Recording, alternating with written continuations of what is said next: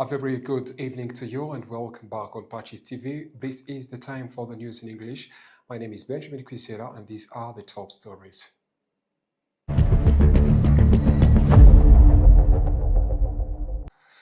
Some Christians from Jimana Parish in the Diocese of Kabgayi have affirmed their responsibility to pray for their priests so that they may remain steadfast in their vocation of guiding the faithful toward a holiness. A delegation of senior officers from Zimbabwe Staff College is on a 2-week study visit to Rwanda aimed at strengthening military cooperation and gaining insight into Rwanda's unique journey in rebuilding security and the governance.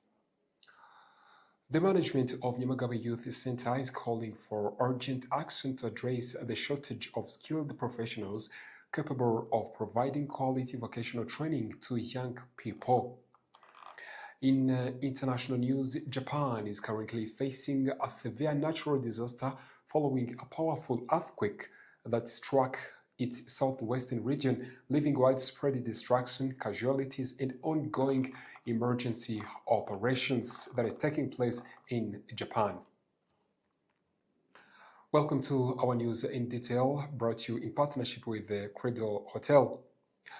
Some Christians from Jimana Parish in Diocese of Kabgayi have affirmed their responsibility to pray for their priests so that they may remain steadfast in their vocation of guiding the faithful towards holiness. They expressed this during the celebration of some Christians from Jimana Parish have affirmed their responsibility.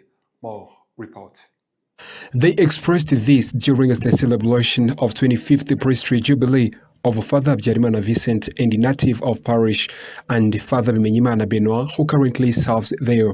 The celebration of 25th anniversary of their ordination took place at Jimana Parish in Kabgayi Diocese, bringing together members of the Christian community in gratitude and joy.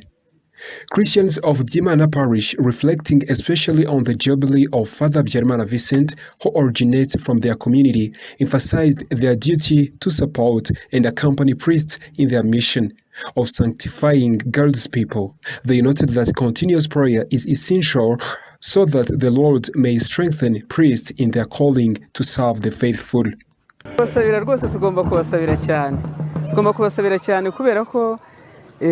Umusaserdoti nk'uko ijambo ry'Imana ryabitubwiye ava mu bantu ruvangwa nawe n'umuntu tugomba rero kubasabira kugira ngo izo ngabire nyagasani yabahamagariye kabashyiramo kandi natwe kugira ngo bazitugezeho tugomba kubasabira cyane kugira ngo bakomere muri uwo muhamagaro nyagasani yabahamagayeho. Turabasabira kugira ngo nyagasani abafashe abaha imbaraga mu kwitagatifuza kwabo. Turabifuriza gukomeza inzira batangiye, turabifuriza gukomera mu nzira barimo.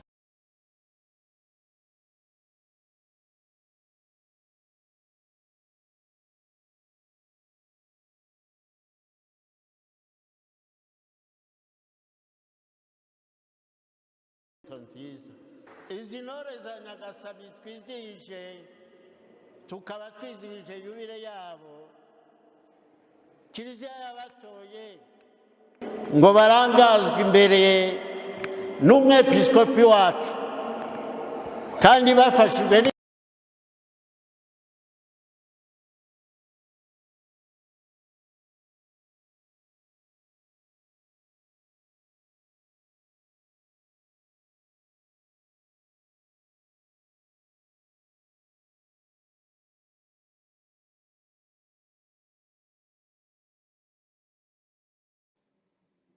Well, from Kabgayi back to Kigali, a delegation of senior officers from Zimbabwe Staff College is on a 2-week study visit to Rwanda aimed at strengthening military cooperation and gaining insight into Rwanda's unique journey in rebuilding security and governance. More report. A delegation of senior officers from Zimbabwe Staff College is on a 2-week study to visit Rwanda, aimed at strengthening military cooperation and gaining insight into Rwanda's unique journey of rebuilding security and governance. On 8th of July, on Tuesday, the delegation visited the Ministry of Defense and the Rwanda Defense Forces RDF headquarters, where they were received and given a comprehensive briefing by the Rwanda Defense Force spokesperson and Director General of International Military Cooperation, Brigadier General Patrick Kabiretwa.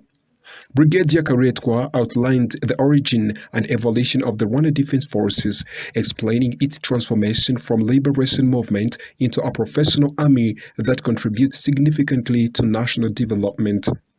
He also highlighted the RDF's role in peacekeeping operations across Africa, as well as its contribution to promoting regional stability and security.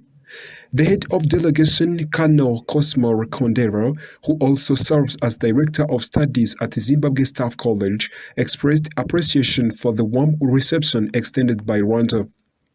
He commended the country's commitment to achieving sustainable development.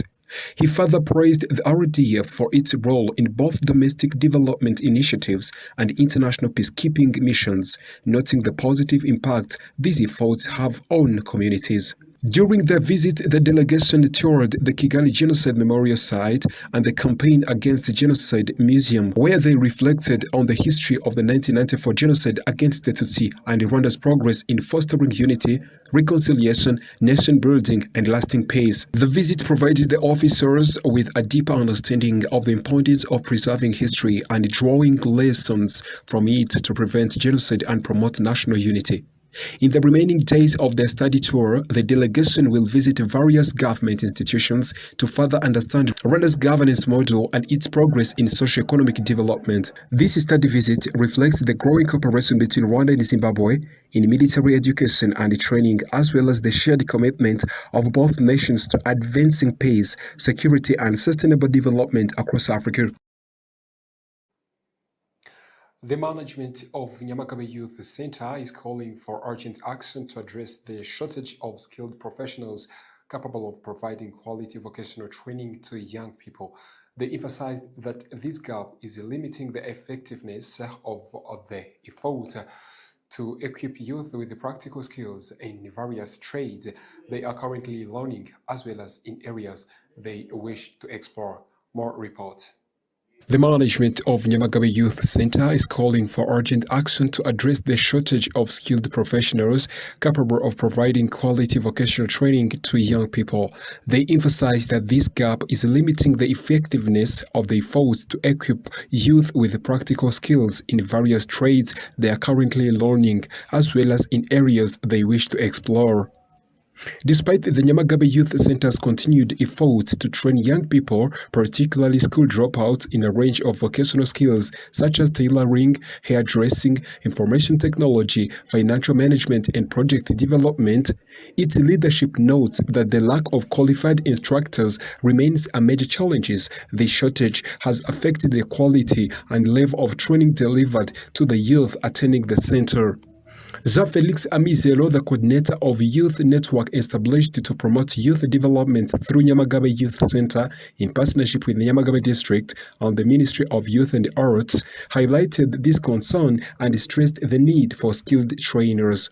On the other hand, the mayor of Nyamagabe District, Hildebrand Nyomungeri, stated that local authorities are considering assessing whether there are additional vocational fields that young people are interested in but are not currently offered at the center. He added that efforts will also be made to recruit qualified instructors for any new programs introduced.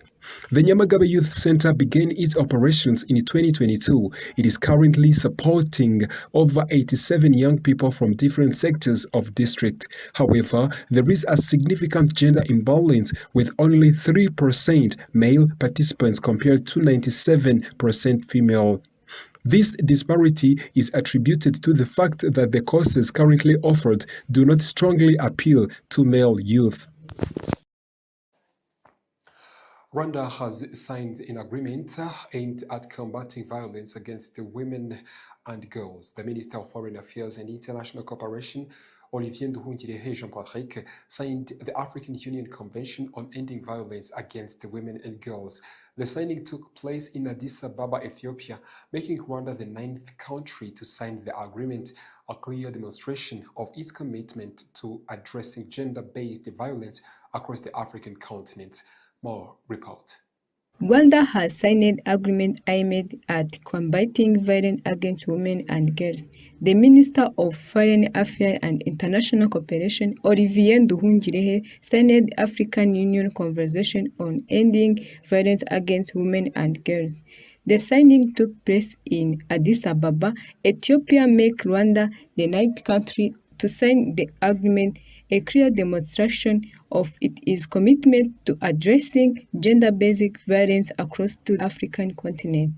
This African Union Convention establishes shared the legal framework at continental level to prevent against and respond to all forms of violence targeting women and girls. It includes measures to strengthen laws supporting survive and put in place effective mechanisms to monitor and safety protect of violence. Rwanda has expressed strong support of conversation, noting that it aligns with country's vision of promoting as well as principles outlined in this national gender policy. This milestone adds to existing efforts Rwanda has already implemented to safeguard the rights of women and girls and to build a safer, inclusive and non-discriminatory society.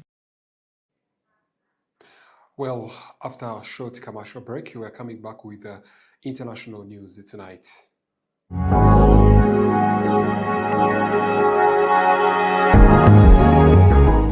Ufite Canal Plus, abafite na Netflix.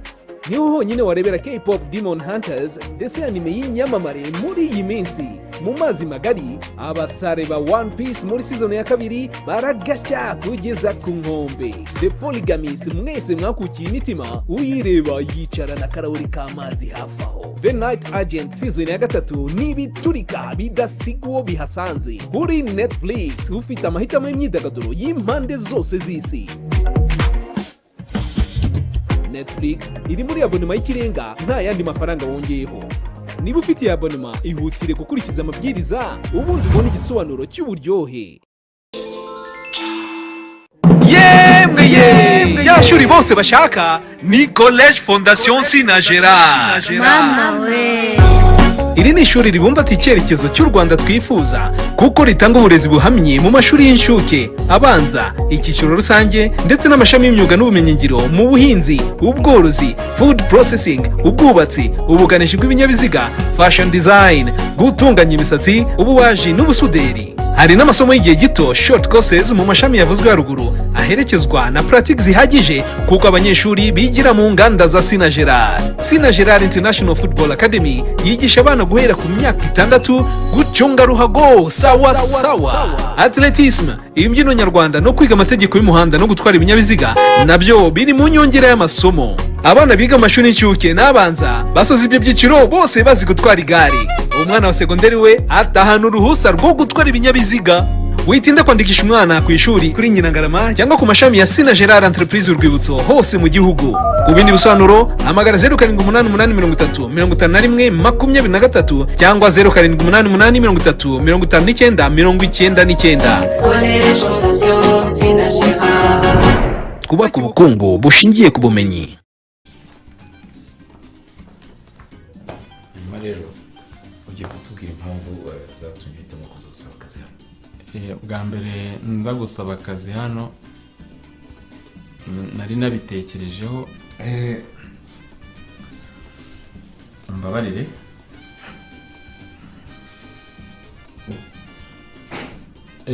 Murakoze. Mu by'ukuri numvaga mfite ubushobozi ndetse n'ubushake. Ntukikwe n'iminsi 7 y'inyongera igihe uguze abonema indi itarashira. Muri Nyakanga n'uburyohe kuri Canal Plus. Bakerarugendo namwe bashyitsi mugenda mu karere ka Muhanga no mu tundi turere two mu ntara y'Amajyepfo n'intara y'Iburengerazuba, namwe mwese mukeneye serivisi za hotel, ni muze nimugera mu mujyi wa Muhanga mukomeze gato. Nimugera i Kabgayi murahasanga hotel yiteguye kubakirana urugwiro. iyo nta yindi ni Hotel Saint-Andre Kabgayi. Hotel Saint-Andre Kabgayi tugufitiye serivisi zitandukanye za bar na restaurant kandi zitanga ubuhanga n'icyubahiro ku mukiriya utugana. Tubafitiye kandi imikino itandukanye ifasha abatugana kuruhuka nka piscine wogeramo karuka mu mutwe, imyicungo igezweho abana bidagaduriramo bagataha banezerewe, tennis na table game bakunze kwita biyari, igisoro ndetse na volley yo ku mucanga bakunze kwita beach volley mukunda muri benshi nayo nitwayibagiwe. Ikindi nuko muri Hotel Saint-Andre Kabgayi twakira inama zitandukanye kuko tubafitiye ibyumba byiza by'inama utasanga ahandi, byaba bito ndetse n'ibishobora kwakira abantu benshi, ariko by'akarusho tukaba tubafasha no gukora inama mukoresheje ikoranabuhanga mu gihe mutari kumwe mu cyumba. Kubifuza serivisi za catering, Hotel Saint-Andre Kabgayi amafunguro n'ibinyobwa tubibagerezaho ku gihe. Tubafitiye ibyumba byiza byagutse biri mu byiciro bitandukanye, harimo n'ibyo bakunze kwita suite mu ndimi z'amahanga, ndetse byose ukaba ubibona ku giciro cyiza. Muri make ugeze muri Hotel Saint-Andre Kabgayi aho yifuza kugaruka kubera uburyo yakiranye ubwuzu n'icyubahiro utasanga ahandi, kuko serivisi tuzitanga kinyamwuga kandi zishingiye ku ndangagaciro za kizizi. Ku bindi bisobanuro waduhamagara kuri telefone ziri kuri ekara yawe cyangwa ukatwandikira unyuze ku mbuga nkoranyambaga zacu zitandukanye. Hotel Saint-Andre Kabgayi, imfura mu mahoteli mu gutanga serivisi nziza inoze kandi ku gihe. Ni murikagurisha mpuzamahanga. PSF yateguye imurikagurisha mpuzamahanga ku nshuro ya 29 rizabera igikondo mu mujyi wa Kigali kuva ku itariki ya 28 Nyakanga kugeza ku ya 17 Kanama 2026. Ibihugu bigera kuri 20 byose bizaba biri mu rw'imisozi igihumbi. Buri gicuruzwa, service cyangwa kwidagadura wifuza byose bizaba bihari. Imiryango izaba ifunguye buri munsi guhera saa 3 za mu gitondo kugera saa 4 z'ijoro. Kubifuza kumurika ibyo bakora nababwira iki? Imiryango irafunguye. Hamagara 0785 imurikagurisha mpuzamahanga Expo uritegurirwa n'urugaga rw'abikorera PSF ifatanyije na Minisiteri y'Ubucuruzi n'Inganda Minicom. Babivuze ukuri kuwiza imyuga acukubiri n'ubushomeri maze agatangira gukirigita ifaranga. Mu ishuri umushumba mwiza TSS niho honyine wakwiga imyuga ku rwego rwa AD irimo guteka ibizwi nka food and beverage operations, ubudozi cyangwa fashion design. Abashaka kandi kwiga by'igihe gito namwe twabatekerejeho kuko tubigisha gutunganya imisatsi, ubutetsi n'amahoteli. Ushobora no kwiga mu mezi 3, 6 cyangwa umwaka, ndetse n'ishami ry'ubuhinzi no gutunganya umusaruro. Ni mutugane. Umuryango umushumba mwiza kandi ubafitiye n'ishuri ribanza ry'ikitegerezo rya Ecole Saint-Agnes guhera mu y'inshuke kugeza usoje abanza. Ngwino wandikisha umwana wawe hakiri kare kuko twatangiye kwandikisha abashaka gutangirana n'umwaka w'amashuri mu kwezi kwa 9. Ishuri umushumba mwiza TSS na Ecole Saint-Agnes aherereye i Remera mu Giporoso ahazwi nko ku Cyamitsingi. Ku bindi bisobanuro wahamagara kuri nimero mubona kuri ekara zanyu.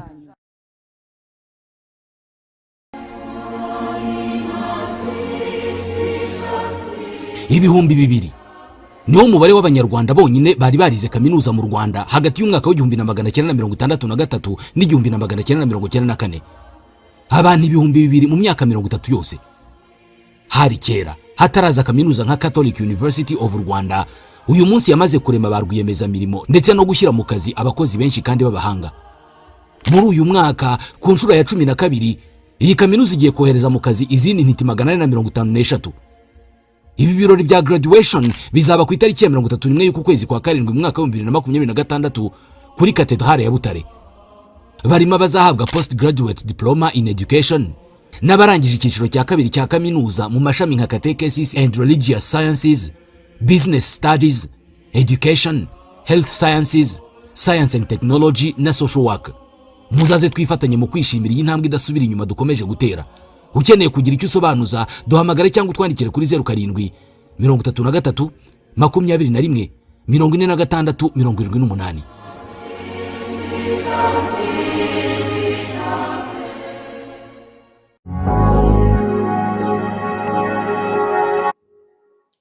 Well, welcome to our international news tonight. Japan is currently facing a severe natural disaster following a powerful earthquake that struck its southwestern region, leaving widespread destruction, casualties, and ongoing emergency operations.